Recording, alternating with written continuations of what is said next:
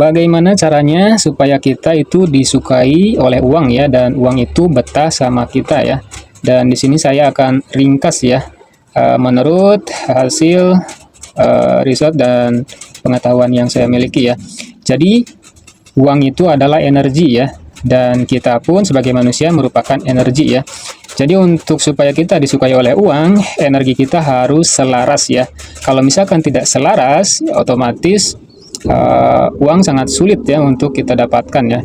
Dan di sini ada 5 poin yang kita bahas ya untuk energi yang disukai oleh uang ya. Dan yang pertama itu adalah energi syukur ya. Ini energi syukur ini energi yang frekuensinya paling tinggi ya daripada energi-energi lainnya ya. Ketika kita bersyukur dalam Al-Quran juga ya, maka otomatis kita akan ditambahkan rezeki kita ya. Jadi energi syukur ini sangat dahsyat sekali ya. Kalau misalkan kita masih mengeluh dengan keadaan, tidak yakin dengan apa yang direncanakan oleh Allah, ya otomatis rezeki juga akan seret ya. Karena Allah itu sesuai dengan prasangka manusia ya. Jadi kita harus terus bersyukur ya, dilatih syukurnya ya. Ketika kita mempunyai uang atau gaji, kita harus berterima kasih dan bersyukur atas apa yang kita miliki ya. Kalau kita misalkan mengeluh, ya otomatis uang juga gak betah sama kita ya. Orang kata uang kita gak pernah dihargai ya, otomatis uang juga susah ya untuk dekat sama kita ya. Contohnya ketika kita punya cicilan motor atau mobil atau cicilan lainnya, kita dialihkan energinya ke syukur ya. Contohnya kita punya cicilan motor ya, alhamdulillah. Kalau saya suka ngomong begini ya, alhamdulillah saya bisa memberi makan admin-admin kredit motor, bisa menggaji para orang-orang yang kerja di tukang kredit itu ya. Jadi dialihkan untuk menjadi syukur ya, jangan dijadikan beban ya. Kalau misalkan kita punya hutang atau cicilan apapun, jangan dijadikan beban, jadikanlah sebagai energi syukur ya. Terus yang kedua adalah energi berkelimpahan. Nah, ini juga sangat besar frekuensinya ya. Jadi diusahakan kita selalu mempunyai energi berkelimpahan. Contohnya tidak beda jauh sama energi syukur ya. Jadi kalau misalkan kita mendapatkan sesuatu atau apapun itu, kita ucapkan alhamdulillah ya. Alhamdulillah saya, contohnya gini ya, alhamdulillah Allah sangat mencintai saya, menyayangi saya, Allah selalu mempermudah saya, Allah selalu tahu apa yang terbaik buat saya, begitu ya contohnya ya. Jangan berdoa dengan kata-kata yang negatif ya. Contohnya semoga saya kaya, semoga saya sehat. Itu kalau kata-kata semoga itu merupakan energi negatif ya, energi negatif. Jadi seolah-olah kita itu tidak percaya ya atas kekuasaan Allah ya. Jadi begitu. Kita harus mempunyai energi berkelimpahan ya. Ya contohnya saling berbagi. Jadi berbagi terus menolong sesama, begitu ya. Ketika kita mempunyai energi berkelimpahan, otomatis uang juga gak susah ya. Bedanya kita memiliki energi yang kebalikannya ya. Misalkan aduh gimana ini uang cukupnya gini aja gitu ya. Hidup kita tuh gini-gini aja. Jadi terus mengeluh ya, otomatis yang datang ya alam semesta nerimanya kita begitu ya, pas-pasan ya.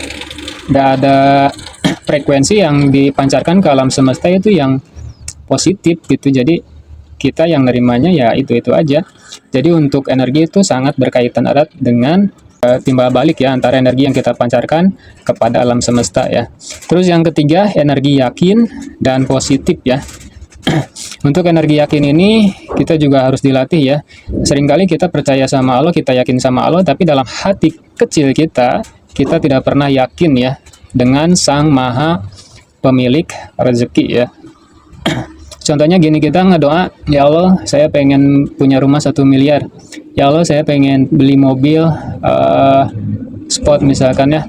Tapi dalam hati kecil kita ada sekelibat nggak mungkin gitu ya, nggak mungkin, orang saya usaha apa kok tapi impian saya pengen punya rumah sama mobil.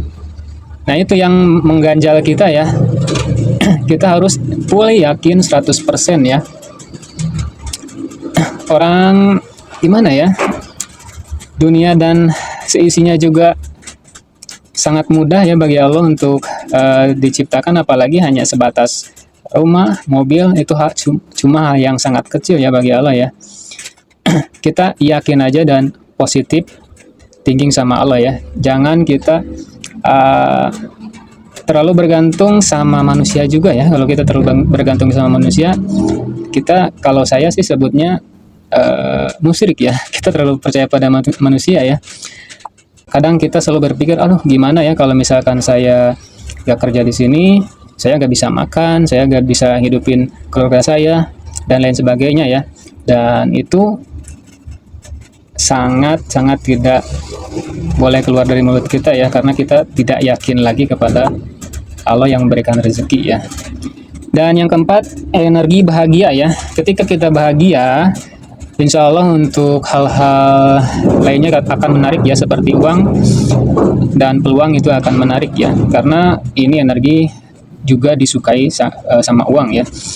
Jadi kita usahakan terus selalu bahagia ya dalam kondisi apapun ya, karena percuma ya kita selalu berpikir negatif juga ya, nggak ada solusinya ya.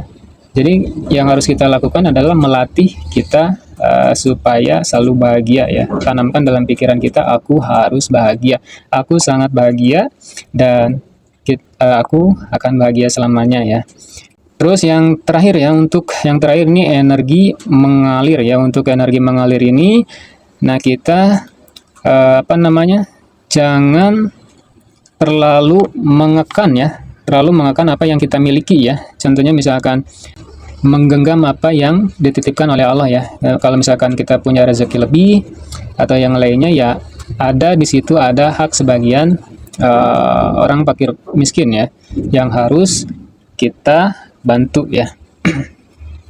Dan diutamakan untuk keluarga dulu ya, apalagi orang tua. Ketika kita mengekang, kita menahan rezeki milik hak orang lainnya ya, otomatis rezeki kita akan seret ya, begitu ya. Dan semuanya itu harus dilatih ya, disimpan di alam bawah sadar kita ya. Sama halnya kita dilatih untuk sholat 5 waktu ya, itu kita diajarkan konsisten setiap hari ya. Sholat 5 waktu, terus wirid-wirid kan itu dibaca diulang-ulang ya, 100, 200 sampai 1000. Itu kita diajarkan untuk konsisten ya, melatih kita untuk selalu konsisten ya. Jadi insya Allah ketika kita selaras dengan energi yang dimiliki, yang disukai oleh uang, insya Allah berbagai peluang atau uang akan mudah ya. Apalagi kita dibarengi dengan doa ya, pasti sangat powerful ya. Tidak ada manusia di muka bumi ini yang tidak butuh uang ya. Jangan kita punya pikiran buat apa uang itu gak dibawa mati. Jangan punya pikiran begitu ya. Uang itu bisa dibawa mati ketika kita bisa membuat uang itu berguna untuk orang lain dan orang di sekitar kita ya. Toh kekayaan Nabi Muhammad juga 123 triliun ya. Jangan anggap Nabi Muhammad tuh orang miskin ya, enggak ya. Nabi Muhammad tuh orang kaya ya. Kita tuh sebenarnya harus kaya ya, harus punya uang, tapi jangan hubud dunia gitu ya, jangan terlalu cinta dunia gitu aja ya. Oke, mungkin semoga bermanfaat ya untuk sharingnya ini. Jangan lupa di subscribe.